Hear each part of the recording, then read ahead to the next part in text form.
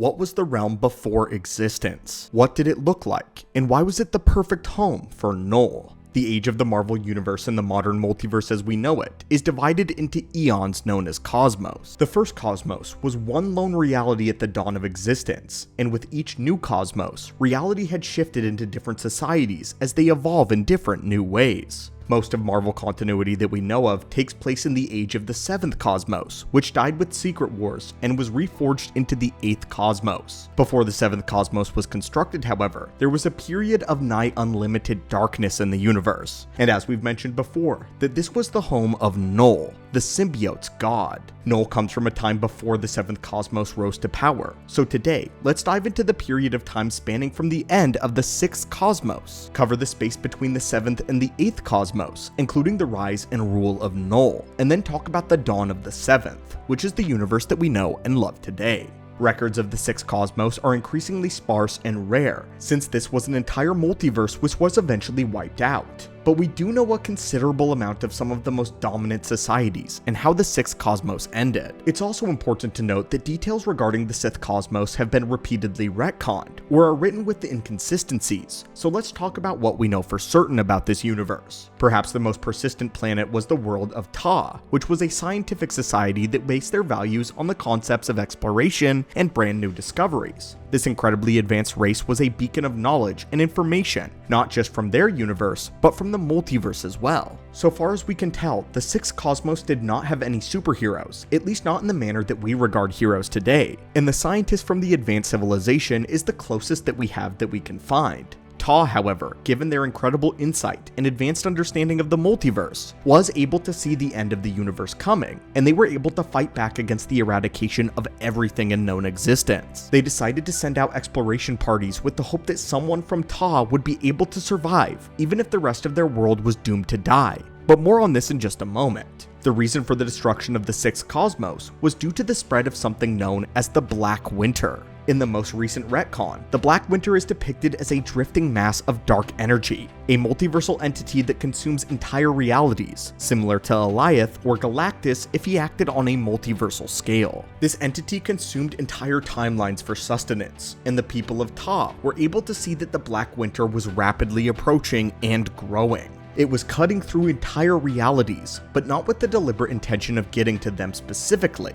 The Ta were just in the way. After the Black Winter had consumed everything in its path, there was but one survivor of the 6th cosmos, and that in fact was a survivor from Ta. This individual, known as Galen of Ta, was brought under the tutelage of the Black Winter and became one of its heralds. When the 7th cosmos was constructed, this being would come to be known as Galactus, the devourer of worlds and the final survivor of the last multiverse. But what's interesting about the construction of the 7th cosmos is that it did not happen immediately. For eons, the space between universes remained a blackened void, but that did not mean it was devoid of life entirely. Instead, the only life it could host were agents of darkness, and this is where we get into the kingdom of Knull. In this gap, timelines were shredded, and the multiverse was returned to its most basic, fundamental aspects. The basic ingredients of the multiverse included the Enigma Force, which was created by the Beyonders, the concept of light, and most important of all, the embodiment of darkness. In the Marvel Universe, primordial eldritch darkness is not simply the absence of light, but it is an entity known as the Living Abyss. This dark, inky black substance is described as the antithesis of everything light, and is the physical embodiment of death, decay, anguish, and all things evil and vile in the universe. It is from the Living Abyss that evil itself is forged, and oftentimes the Living Abyss is sewn into the very fabric of the Enigma Force. By weaving light and dark together, the Celestials can create worlds of life and entire universes that have a balance of good and evil, which is what allows for moral complexity.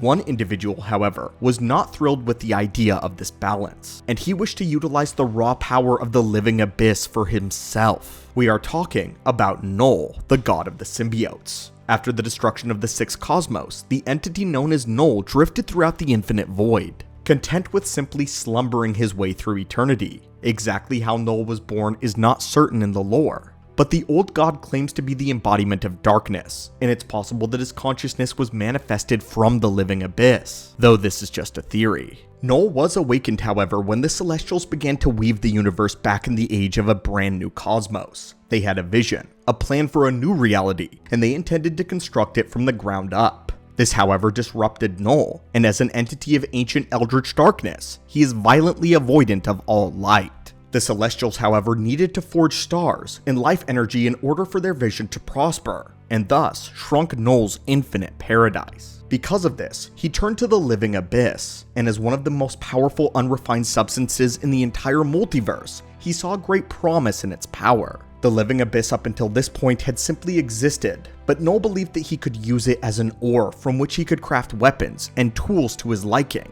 hoping to continue his crusade against the light. Knull would take a sample of the living abyss and refine it down into a sword with the same dark properties as the abyss itself. It could shift form, temper, and darken the emotions of its user, and would corrode anyone with these dark impulses. This became known as the necrosword, the first in a long line of weaponry crafted from the living abyss. All weapons crafted here corrode and corrupt agents of light, including basically anything living or organic, since the force of life itself was recrafted by the Celestials in this new age. Some weapons are much more corrosive than others, such as the Void Knight, the proto-symbiote that corrupted the Silver Surfer, but more on this in just a moment. It is said that the living abyss in its raw form is capable of killing gods who come into contact with it. So Knull did not amplify the powers of the abyss in his weapons. Instead, he had to restrict it. The Void Knight was able to infect entire worlds and cosmic entities, and this is how the 7th cosmos got its beginning. The age of the 7th cosmos was one born out of war, and it was destined for conflict from the very beginning. Knull fought to contain the spread of light and life across the multiverse, while the Celestials remained committing to reigniting this new age of prosperity. In the early years, the Silver Surfer had been displaced in time here. After being sucked into a black hole in his present day, he found himself billions of years in the past, witnessing the universe's very first steps. Where he found himself, however, was in a war zone, plagued by Knull's primordial weapons, including that of the Void Knight. Witnessing this, the Silver Surfer attempted to stop Knull in his crusade, only for him to be infected by the Void Knight, and would become subservient to Knull. After being freed from this prison though by Ego the Living Planet, who had only just now formed, he faced a rematch against Knull, where the Surfer was bested again. The only reason the Surfer was able to escape though is because he used the remainder of the power cosmic to forge a star, one in the middle of their battle. And this did not stop Knull, it just allowed the Surfer a chance to get away. This is how powerful Knull was. He not only competed with, but defeated the Surfer twice. By this point in the timeline, the Celestials were well underway, and the bones of a new multiverse had been put in place. Entire timelines were beginning to take shape, and universes were beginning to adopt their own identity. But Knull was not satisfied. He continued his experiments with the living abyss, and created a series of organisms known as the symbiotes. He also led his first line of symbiote dragons into war with the Void Knight at his side. After the Surfer escaped, Knull continued creating symbiotes until he had enough material to construct an entire planet, one of the oldest planets in existence, the world of Clintar.